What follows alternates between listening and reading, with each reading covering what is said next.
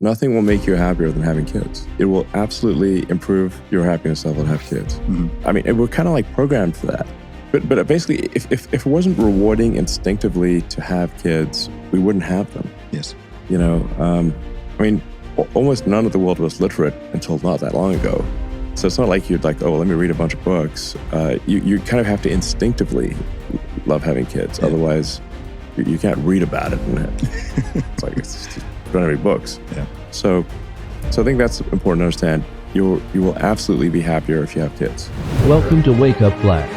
Educate and enlighten. There's a lot of young men and women, say the average 20-year-old or even 25-year-old, they find the whole idea of having children, bringing new life into the world, very scary because they feel like, hey, I don't have the money, I can't afford it, I can't even buy a house, I'm in debt, I'm struggling to keep my head above water, so on. So what do you think could practically be done in USA, Canada, UK, Europe, all these developed countries, South Korea, Japan, all these places where the, population is declining, birth rates are declining?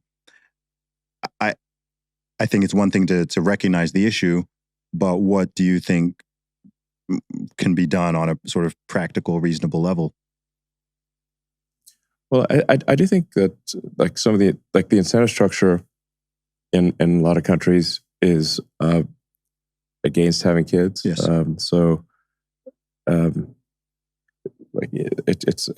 It is expensive to have kids, especially if you want to sort of give them the best education and all that sort of stuff. So it's financially difficult. Mm-hmm.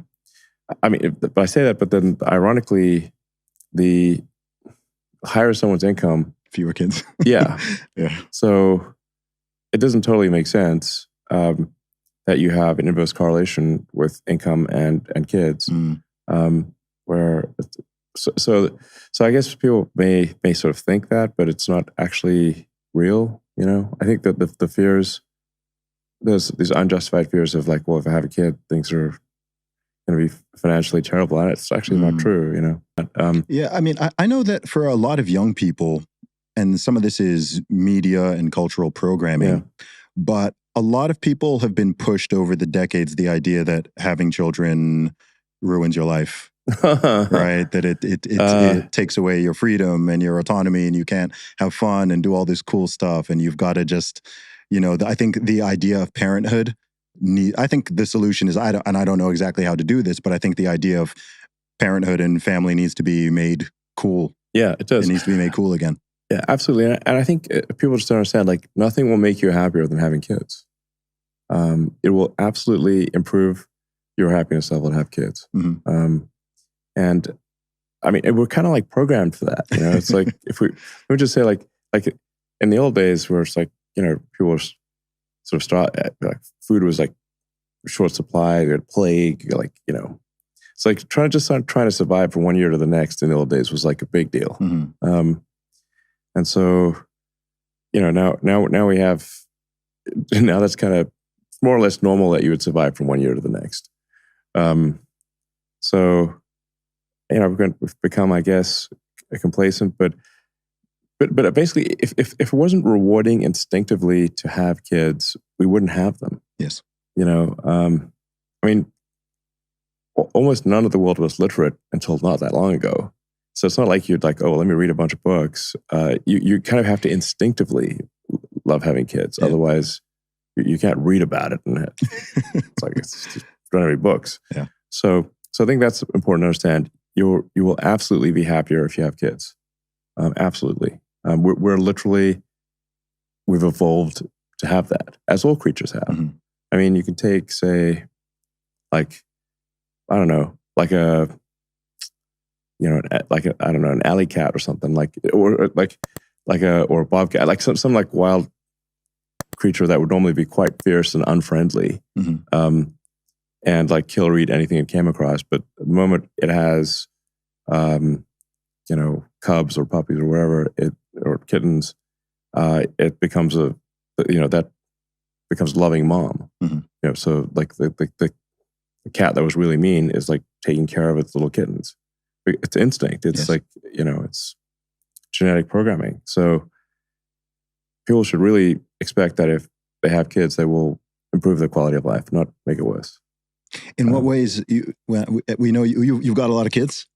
Yeah, I'm trying to set a good example. Awesome. Yeah.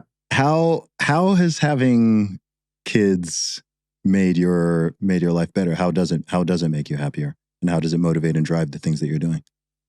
Well, I don't know. It's like, I think it's normal to love your kids. It's just kind of an automatic thing. And they've got this little creature that's depending on you to take care of it. And it's very rewarding to do so, Mm-hmm. I think, inherently.